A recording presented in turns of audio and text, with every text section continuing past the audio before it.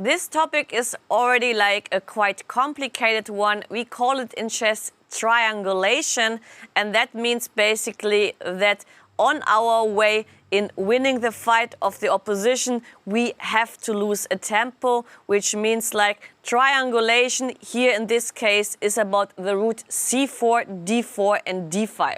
If the king would go these three squares around, then it is obviously a triangle and we will need it in order to win the game. Here in this position, everything would be fairly easy if it was white to move, because we already know after king c5, we are winning the opposition. In case of king d8, then with king d6 we will continue, and here of course with king c8, which would be the best defense. The difference is that there are still a6 and a5 pawn, so after king b6 I can just capture a second pawn, and for this reason here, well, the position is quite easily won. But the problem is, when we go back to the initial position, that it is not white to move, it is black to move. So all we need to do is to reach the very same position we are seeing now, just with white to move. And let's try if we manage to succeed. Here in this position, black, for example, plays king c8. That is quite logical, because in case of king d8, once again, with king d6, we are winning the fight of opposition. King c8, c7, king b7, king d7, and we are winning the game. So this is, of course, for this reason, obvious that the black king will not go to d8 and make our life easy. He will go to c8.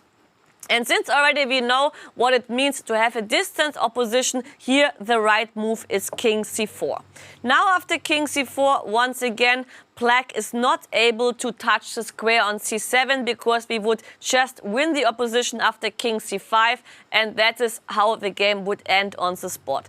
That's why, let's say, black is more resistant. Black plays the move king d8. We are following once again with the same opposition mechanism. We play king d4 and once again facing the distant opposition. Now, well, obviously black is once again not allowed to go to c7, because we already know after king c7, king c5, we have seen it a couple of times, the position is lost. So he remains with king c5.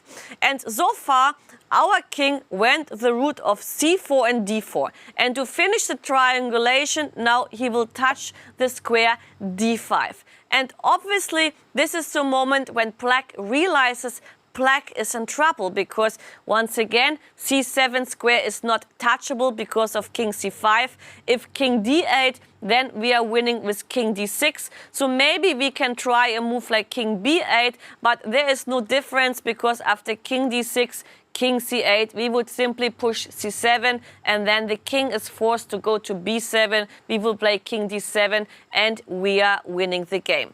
So let's go back to the initial position and just understand what happened here.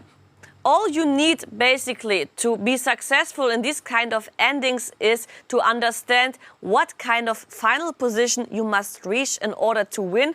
And well, here in this position, well, it is easy to realize that if you manage king c5 or this position with white to move, then you are winning. So all you need to do is to get back to the same position, and on the way losing a tempo, and this you do with a mechanism of triangulation. So going c4, d4 and d5 route, just as seen in the game, and everything will work out well for you eventually.